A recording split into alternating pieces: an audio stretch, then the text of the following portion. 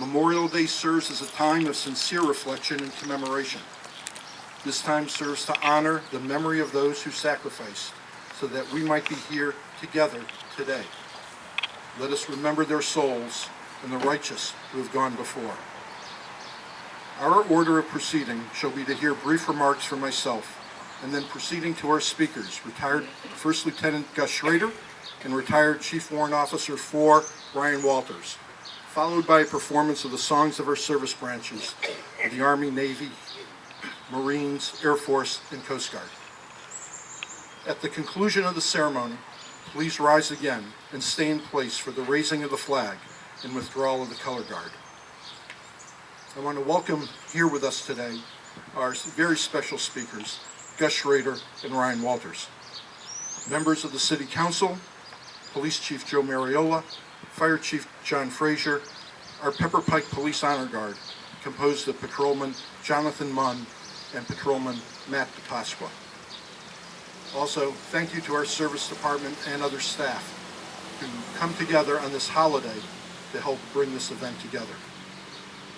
The Orange High School Band, led by Brendan Duvall, Director of Bands, and Jake Robinson, Assistant Band Director, featuring today junior trumpet soloist Alex Proles and the Lionettes, under the direction of advisor Stacy Vincent, all of whom have taken the time to especially prepare for today and be with us.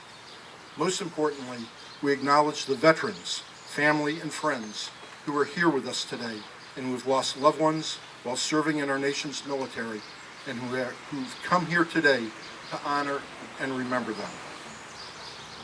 The service members we honor today came from all walks of life, but they shared several fundamental qualities.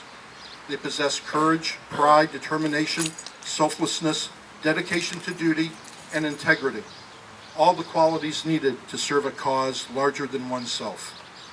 Many of them didn't ask to leave their homes to fight on distant battlefields. Many didn't even volunteer. They didn't go to war because they loved fighting. They were called to be part of something bigger than themselves. They were ordinary people who responded in extraordinary ways in extreme times. They rose to the nation's call because they wanted to protect a nation which has given them, has given us so much.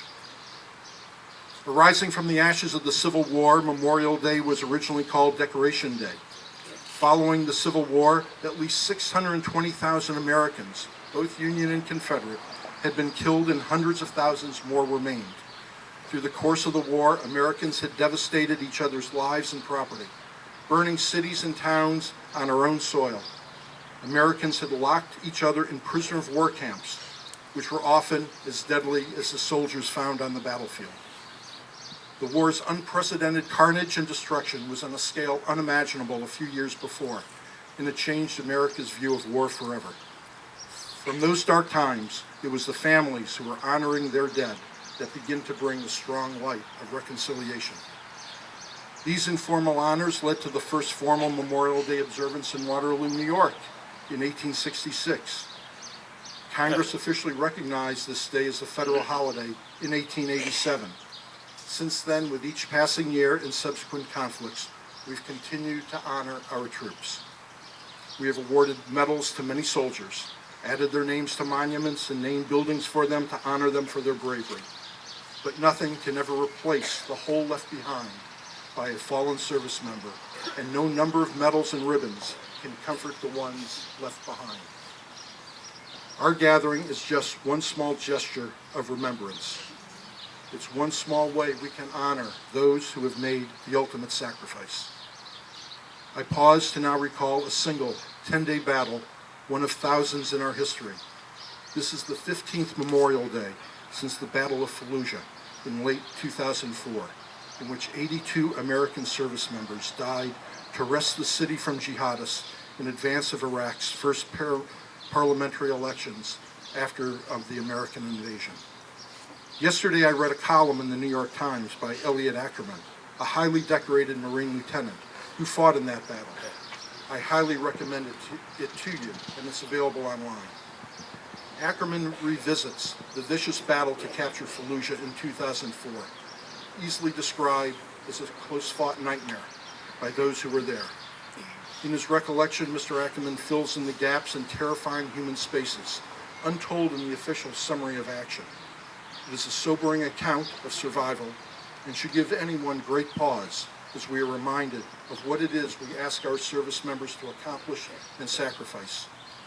As we remember today the fallen, let us also never forget also those who thankfully came home and whom we must always work to help heal.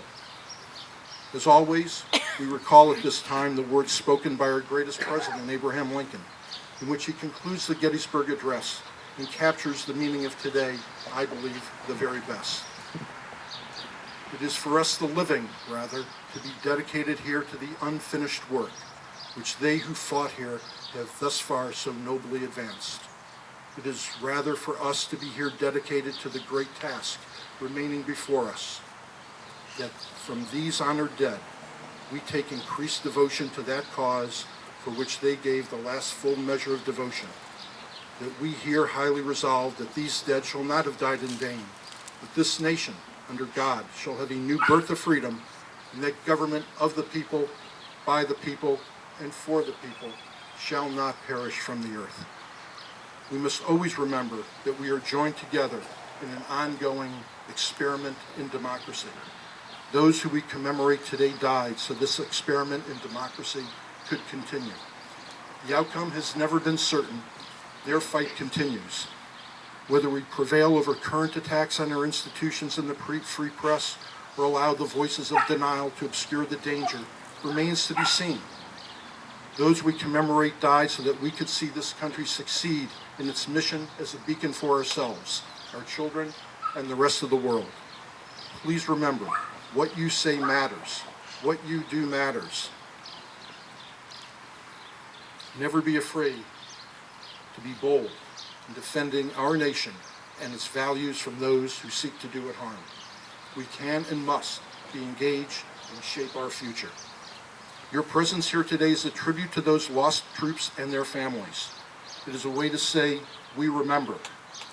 I remember today my cousin, Eugene Mandingberg, whom I would never meet, who was shot down in his fighter along a South Pacific island.